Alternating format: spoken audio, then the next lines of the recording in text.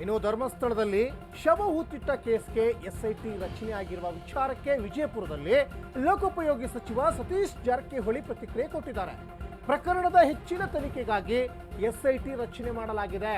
ತನಿಖೆ ಮಾಡುವುದಕ್ಕೆ ಅಧಿಕಾರಿಗಳಿಗೆ ಅವಕಾಶವನ್ನು ಕೊಡಬೇಕು. ಅದಕ್ಕೂ ಮೊದಲೇ ಬಿಜೆಪಿಯವರು ಭವಿಷ್ಯ ಹೇಳಿದ್ರೆ ಹೇಗೆ ಅಂದರೆ ಟೋಟಲಿ ರಾಜಕೀಯದವರು ಎಂಟ್ರಿನೇ ಆಗಬಾರ್ದು. ಎಸ್ಐಟಿ ತನಿಖೆ ಮಾಡ್ತಾ ಇದ್ದಂಥ ಸಂದರ್ಭದಲ್ಲಿ ತನಿಖೆಗೂ ಮೊದಲೇ ಅಡ್ವಾನ್ಸ್ ಜಡ್ಜ್ಮೆಂಟ್ ಕೊಟ್ಟರೆ ಹೇಗೆ ಅಂತ ಬಿಜೆಪಿಯವರಿಗೆ ತರಾಟೆಗೆ ತೆಗೆದುಕೊಳ್ತಾ ಇದ್ದಾರೆ. ಲಾಭ ಹೇಗೆ ಪಡಿಬೇಕು ಅನ್ನುವಂಥ ಲೆಕ್ಕಾಚಾರ ಬಿಜೆಪಿಯವ್ರದ್ದು. ಧರ್ಮಸ್ಥಳದಲ್ಲಿ ಶವ ಹುತ್ತಿಟ್ಟ ಕೇಸ್ಗೆ ಎಸ್ಐಟಿ ರಚನೆ ಆಗಿದೆ.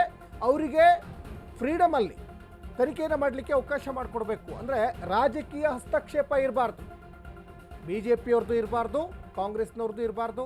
ಯಾಕಂದರೆ ಸರ್ಕಾರದ ಅಂಡರಲ್ಲಿ ಬರ್ತಾರೆ ಎಸ್ಐಟಿ ಅವರು. ಯಾವುದೇ ರೀತಿಯಾದಂಥ ರಾಜಕೀಯ ಹಸ್ತಕ್ಷೇಪ ಇಲ್ಲದಿದ್ದರೆ ಅವರು ಒಂದಿಷ್ಟು ನಿರ್ಭೀತಿಯಿಂದ ಒಂದು ತನಿಖೆಯನ್ನು ಮಾಡಲಿಕ್ಕೆ ಒಂದು ಈಸಿ ಆಗುತ್ತೆ ಅನ್ನೋದು ಕೂಡ ನಮ್ಮ ಅಭಿಪ್ರಾಯ. ಆಗೋದು ಸ್ವಾಭಾವಿಕ ಆಗೋದು.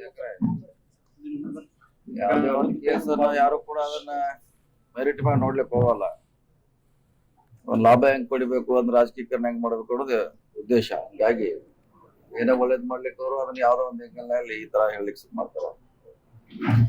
ಅಲ್ಲಿ ಪೊಲೀಸರು ಕೆಲಸ ಮಾಡ್ತಿದ್ರೆ ಮಾಡ್ಲಿ, ಅವ್ರಿಗೆ ಮಾಡ್ಲಿಕ್ಕೆ ಅವಕಾಶ ಕೊಡಿ. ಯಾಕಂದ್ರ ಇವರೇ ಅಡ್ವಾನ್ಸ್ ಜಡ್ಜ್ಮೆಂಟ್ ಕೊಟ್ಟಿರೋದೇನ ಅವಶ್ಯಕತೆ ಇಲ್ಲ.